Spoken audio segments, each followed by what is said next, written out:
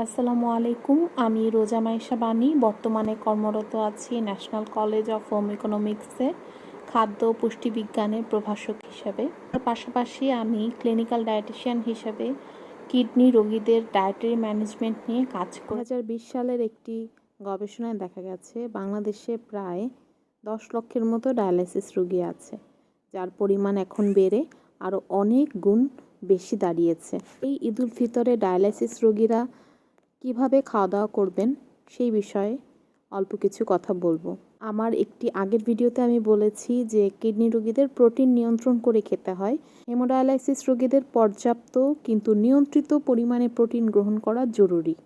Dialysis রক্ত থেকে কিছু প্রোটিন অপসারণ করে, তাই তা পূরণ করতে হলে বাড়তি প্রোটিন গ্রহণ করা জরুরি। কিডগো গাইডলাইন অনুযায়ী হেমোডায়ালাইসিস পেশেন্টদের 1.2 থেকে 1.4 gram per KG body weight first class protein গ্রহণ করা জরুরি। বিশেষত বাড়ন্ত বয়সের শিশু যারা ডায়ালাইসিস পাচ্ছে তাদের সঠিক গ্রোথ এবং ডেভেলপমেন্ট নিশ্চিত করার জন্য পর্যাপ্ত পরিমাণে প্রোটিন দেয়া অত্যন্ত জরুরি।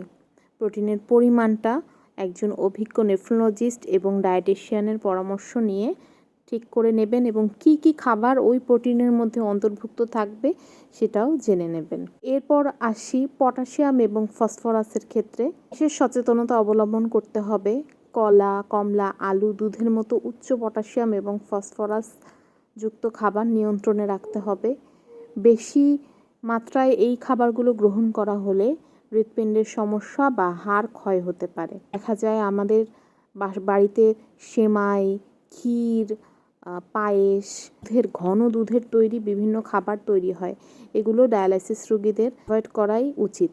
এরপরে হচ্ছে ডায়ালাইসিস রোগীর লবণ এবং পানির পরিমাণ নিয়ন্ত্রণ করে খেতে হবে, কারণ উৎসব মানেই অনেক খাওয়া দাওয়া, প্রচুর পানি, প্রচুর শরবত, চা, কফি এগুলো একদম সামনে থাকেই।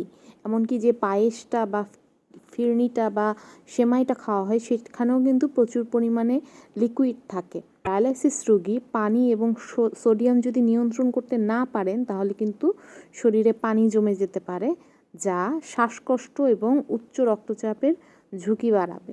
বডি ফ্লুইডের পরিমাণ ইমব্যালেন্স হলে সেটা ইলেকট্রোলাইট ইমব্যালেন্স করে হাইপোনাট্রিমিয়াও কিন্তু হতে পারে।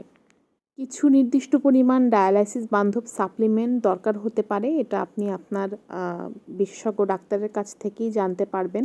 আপনি যে ডাক্তারের আন্ডারে আছেন উনি আপনাকে এটার পরামর্শ দিবেন। উদাহরণস্বরূপ বলা যেতে পারে vitamin B complex, iron, vitamin D, কিন্তু সব কিছুই অবশ্যই ডাক্তারের পরামর্শ অনুযায়ী। স্মরণে রাখুন, পুষ্টি হচ্ছে এই দীর্ঘ পথ চলার একটা নীরব শক্তি। রোগীরা ডায়ালাইসিস পাচ্ছে তাদের কোয়ালিটি অফ লাইফ ইমপ্রুভ করা সম্ভব এবং ম্যালনিউট্রিশনের হাত থেকে বলতে ওভার এবং আন্ডার দুটোটা নিউট্রিশন থেকেই রক্ষা করা সম্ভব পুষ্টির মাধ্যমে। ধন্যবাদ। সবাই সুস্থ থাকুন, ভালো থাকুন। ঈদ অনেক আনন্দে কাটুক।